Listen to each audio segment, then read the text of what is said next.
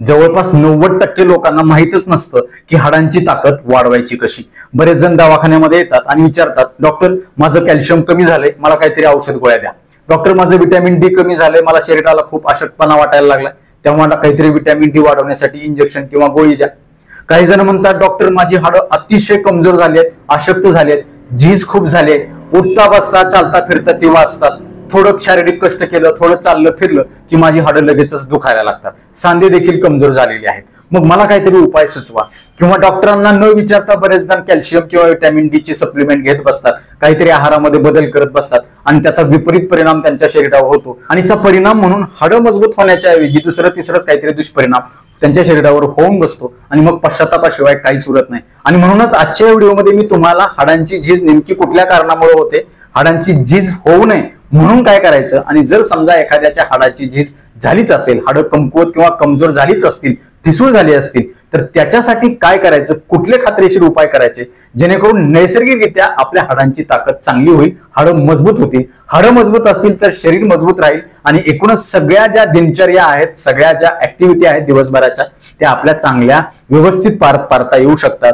कारण हाडं म्हणजे आपल्या शरीराचा एक बिल्डिंग मटेरियल आहे, ज्यांच्या मदतीने आपण आपले दिवसभराची कामं करू शकतो। ही सगळी माहिती मी तुम्हाला समजेल अशा शास्त्रीय भाषेमध्ये अगदी थोडक्यात सांगणार आहे। मात्र विनंती असेल की व्हिडिओ पुढे पुढे न पळवता शेवटपर्यंत नीट लक्ष देऊन ऐका, मुद्दा मुद्दा समजून घ्या आणि व्हिडिओमध्ये सांगितलेले सगळे उपाय आजपासूनच करायला सुरुवात करा, जेणेकरून तुम्हाला याचा अत्यंत चांगला फायदा होईल। अजून एक विनंती असेल, जर चॅनलवर नवीन असाल तर आता लगेच बाजूचं बेल आयकॉनचं बटन दाबून चॅनल सबस्क्राईब करा, जेणेकरून आरोग्यविषयक अत्यंत महत्त्वपूर्ण, अभ्यासपूर्ण आणि शास्त्रीय व्हिडिओज तुम्हाला सहज पाहता येतील, तेही अगदी मोफत, कारण सबस्क्राईब करायला पैसे लागत नाही। चला तर मग पाहूया, सगळ्यात सुरुवातीला पाहूया हाडांची झीज का बरं होते, हाडं कमकुवत का होतात।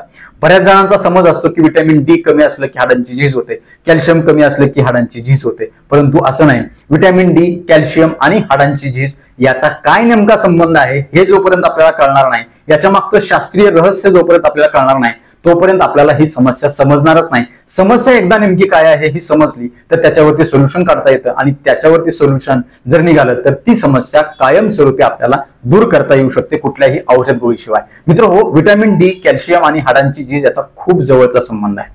मित्रहो, जेव्हा आपल्या शरीरामध्ये व्हिटॅमिन डी ची कमतरता असते तेव्हा आपण आपल्या आहाराच्या माध्यमातून घेतलेलं जे कॅल्शियम आहे ते आतड्यामधून व्यवस्थित रक्तामध्ये, शरीरामध्ये शोषलं जात नाही आणि त्याचा परिणाम म्हणून आपल्याला कॅल्शियम व्यवस्थित मिळत नाही। जरी आपण कॅल्शियम युक्त पदार्थ खाल्ले किंवा जरी आपण कॅल्शियमच्या गोळ्या, औषधं, टॉनिक घेतलं तरी सुद्धा ते आपल्या शरीराला लागूच पडत नाही।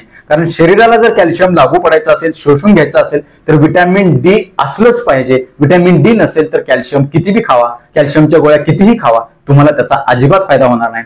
जर व्हिटॅमिन डी कमी असेल, कॅल्शियमची अब्सॉर्प्शन नाही झालं असेल तर शरीरामध्ये, रक्तामध्ये कॅल्शियमची कमतरता निर्माण होते आणि हाडांच्या मजबूतीसाठी, हाडं चांगली मजबूत बनण्यासाठी, हाडं चांगली तयार होण्यासाठी लागणारं जे कॅल्शियम आहे ते कमी पडेल। त्याचा परिणाम म्हणून हाडं मजबूत बनणार नाहीत, ती ठिसूळ बनतील आणि त्याचा परिणाम म्हणून हाडांची झीज व्हायला लागेल, हाडं कमकुवत होतील, अशक्त होतील आणि तुम्हाला हाडांच्या समस्या निर्माण होतील। दुसरं महत्त्वाचं कारण म्हणजे जर तुमच्या रक्तामध्ये कॅल्शियमची मात्रा प्रमाणापेक्षा कमी असेल तर अशा वेळी शरीर काय करतं की तुमच्या शरीरामध्ये असणाऱ्या हाडांच्या मधलं जे कॅल्शियम आहे ते रक्तामध्ये परत रिअब्सॉर्ब करून घ्यायला लागतं, शोषून घ्यायला लागतं आणि त्याचा परिणाम म्हणून रक्तातील पातळी कॅल्शियमची नियंत्रित ठेवण्यासाठी प्रयत्न केला जातो। परिणामी हाडांच्या मध्ये असणारं जे कॅल्शियम आहे ते हळूहळू कमी व्हायला लागतं आणि ऑटोमॅटिकली हाडांची झीज व्हायला लागते। त्यामुळे दोन्ही गोष्टी लक्षात ठेवा, व्हिटॅमिन डी ची कमतरता आणि कॅल्शियमची कमतरता ह्या दोन वेगवेगळ्या गोष्टी आहेत। तुम्हाला नेमकी कुठली कमतरता आहे आपल्याला डॉक्टरांच्या सल्ल्याने किंवा काही विशिष्ट तपासण्या करूनच कळतं।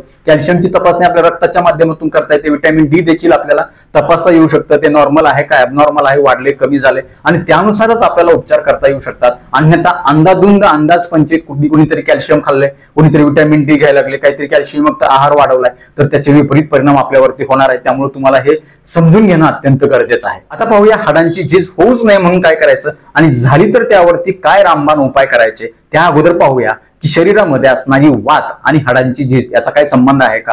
जेव्हा शरीरामध्ये हाडांची झीज होते तेव्हा समजून जा की तुमचा वात वाढलाय आणि जेव्हा वात वाढते तेव्हा तुमच्या शरीरामध्ये हाडांची झीज 100% होणार, हे समीकरण ठरलेलंच असतं। आता सगळ्यात महत्त्वाचं आहे की शरीरामध्ये वात नेमका का वाढतो आणि तो वाढू नये म्हणून काय करायचं। आणि जर आपल्याला हाडांची झीज कमी करून हाडांची ताकद वाढवायची असेल तर सगळ्यात महत्त्वाचं आहे ते म्हणजे शरीरातला वात कमी करणं, तो वाढू न देणं, तो नियंत्रित ठेवणं. मित्रांनो, जेव्हा कधी हाडांची झीज होते, जेव्हा कधी शरीरामध्ये वात वाढतो, तेव्हा त्याचा परिणाम फक्त हाडांवरतीच होतो असं नाही, तर हाडं आली, सांधे आले, सांध्यामध्ये असणारं वंगण आलं, तिथल्या असणाऱ्या मांसपेशी, तिथल्या चेतापेशी, तिथल्या ज्या ब्लड वेसल्स असतात, रक्तवाहिन्या आहेत, एकूणच शरीरामध्ये वाढलेल्या वातीमुळं आणि झालेल्या हाडांच्या झिजेमुळं हे सगळेच घटक प्रभावित होतात. याच्यावरती विपरीत परिणाम होतो. त्यामुळे तुमचं लोकोमोशन अर्थात हालचाल संस्था जी आहे ती पूर्णपणे विस्कळीत होते, बिघडून जाते. आणि जर समजा तुम्ही याला वेळेवरच आळा घातला नाही, वेळेवरच याची चिन्ह लक्षणं ओळखून त्यावरती योग्य उपाय केले नाहीत, तर तुमचा हा आजार वरचेवर वाढत जाणार आहे आणि तुमची सांधेदुखी ही जुनाट होणार आहे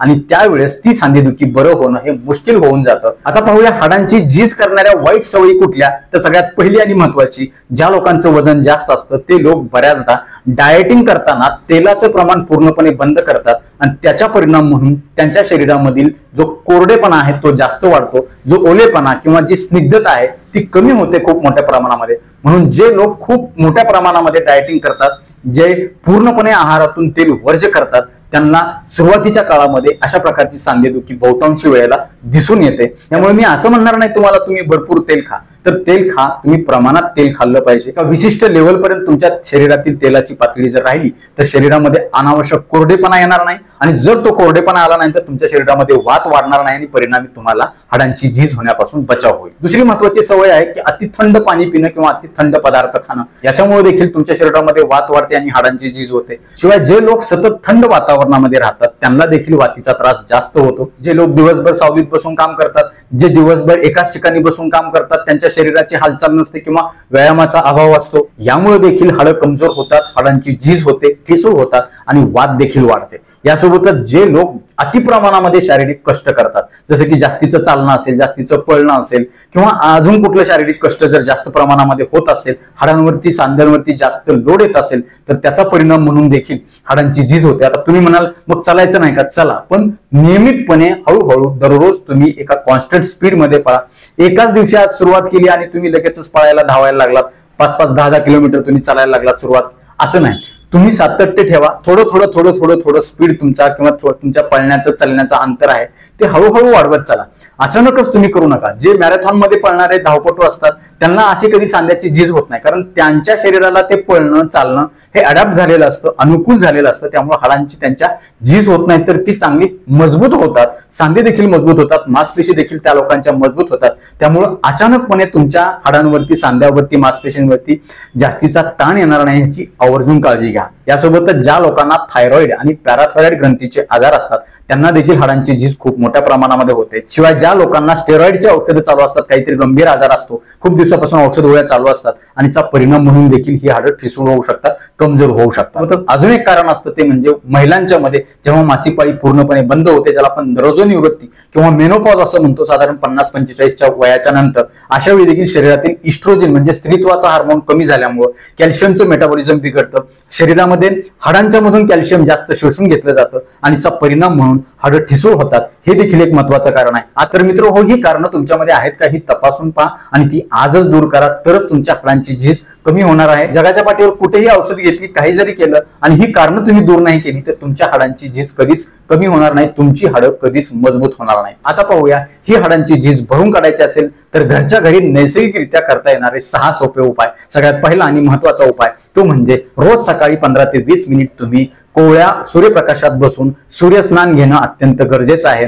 कारण सूर्यस्नान जोपर्यंत तुम्ही घेणार नाहीत तोपर्यंत तुम्हाला विटॅमिन डी मिळणार नाही. जोपर्यंत विटॅमिन डी मिळणार नाही तोपर्यंत तुमच्या शरीराला कॅल्शियम लागू पडणार नाही आणि हाडं मजबूत होणार नाही. दुसरं महत्वाचं आहे ते म्हणजे तुमच्या आहारामध्ये तेलाचं प्रमाण पूर्णपणे बंद करू नका. तुमच्या आहारामध्ये अधूनमधून तिळाच्या तेलाचा आवर्जून वापर करा, कारण तिळाच्या तेलामध्ये मुबलक प्रमाणामध्ये कॅल्शियम आहे, तेही नैसर्गिक आहे. तिळाच्या तेलामध्ये असणारी जी स्निग्धता आहे, जो तेलकटपणा आहे, तो हाडांच्या आणि सांध्याच्या आरोग्यासाठी अत्यंत महत्वपूर्ण आणि महत्वाचा आहे. या तिळाच्या तेलामध्ये शरीरातील वाढलेला वात कमी करण्याची नैसर्गिक ताकद आहे, ज्यामुळे शरीरातील कोरडेपणा, शुष्कपणा कमी होतो आणि हाडांच्या मधली ताकद नैसर्गिकरित्या वाढवली जाते. तिसरा महत्वाचा उपाय आहे की आठवड्यातून 1 दिवस संपूर्ण शरीराला तुम्ही तिळाच्या तेलानं मसाज करा. तिळाच्या तेलानं मसाज केल्यामुळे तुमच्या मांसपेशींच्या मधून सांध्यांपर्यंत, हाडांच्या पर्यंत ते तेल चांगली उतरेल. त्याच्यातली स्निग्धता, त्याच्यातला तेलगटपणा हा अतिशय चांगल्या प्रकारे हा वात कमी करण्यासाठी मदत करेल आणि हाडांची झीज होण्यापासून बचाव होईल, हाडं मजबूत होतील.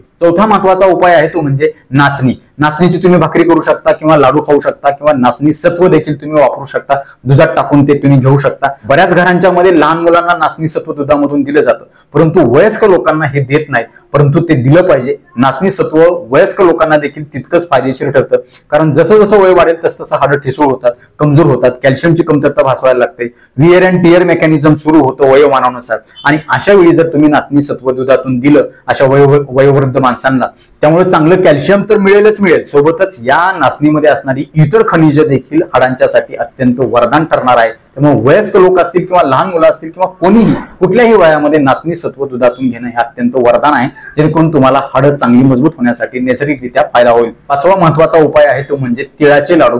तिळाचे लाडू तुम्ही खास करून थंडीच्या दिवसामध्ये आवर्जून खा. उष्णतेच्या दिवसामध्ये कमी खा, मात्र थंडीच्या दिवसामध्ये दररोज एक तरी तुम्ही किमान तिळाचा लाडू खाल्ला पाहिजे, जेणेकरून तुम्हाला हाडं मजबूत होण्यासाठी चांगला फायदा होईल. सहावा महत्वाचा उपाय आहे तो म्हणजे डिंकाचे लाडू. डिंकाचे लाडू देखील हाडं नैसर्गिकरित्या मजबूत करण्यासाठी, हाडामध्ये आलेली ठिसूळता किंवा फ्रॅजिलिटी आहे ती कमी करण्यासाठी, सांधे मजबूत करण्यासाठी देखील डिंक अत्यंत वरदान आहे. ज्या लोकांची कंबर दुखत असेल, गुडघ्यामध्ये कटकट वाजत असेल उठता बसता, या लोकांनी रोज किमान एक तरी डिंकाचा लाडू आवर्जून खावा, त्यांना नक्कीच यासाठी फायदा होईल. तर मित्र हो, नक्कीच या सगळ्या गोष्टी तुम्ही आजपासून सुरू करा.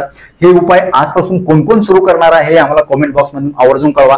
ह्या उपायाचा तुम्हाला कशा प्रकारे हाडं मजबूत होण्यासाठी फायदा झाला हे देखील आम्हाला कमेंट बॉक्स मध्ये कळवा. हे कळवत असताना तुमच्या गावाचं नाव आवर्जून कळवा, जेणेकरून आम्हाला कळू द्या की कुठल्या कुठल्या गावापर्यंत आमचे व्हिडिओ चाललेले आहेत. आणि हे सगळे उपाय करण्याच्या अगोदर मगाशी सांगितलेली हाडांची झीज होण्याची कारण आहेत ती अगोदर व्यवस्थित समजून घ्या. तर नक्कीच मित्र, हा व्हिडिओ तुम्हाला उपयुक्त वाटला असेल तर लाईक करा, कमेंट बॉक्स मध्ये आम्हाला तसं आवर्जून कळवा, आपल्या जास्तीत जास्त मित्र नातेवाईकांना शेअर करा. आणि परत एकदा जाता जाता विनंती करतो, जर चॅनल सबस्क्राईब केलं नसेल तर आता लगेच सबस्क्राईब करा. आपल्या मित्र नातेवाईकांना देखील सबस्क्राईब करायला सांगा, जेणेकरून तुम्हाला आरोग्यविषयक अत्यंत चांगले व्हिडिओ सहज पाहता येतील. तुर्तास आजच्या व्हिडिओमध्ये इथंच थांबूया. लवकरच भेटूया नवीन व्हिडिओमध्ये नवीन विषयासह. तोपर्यंत आनंदी राहा, निरोगी राहा. धन्यवाद.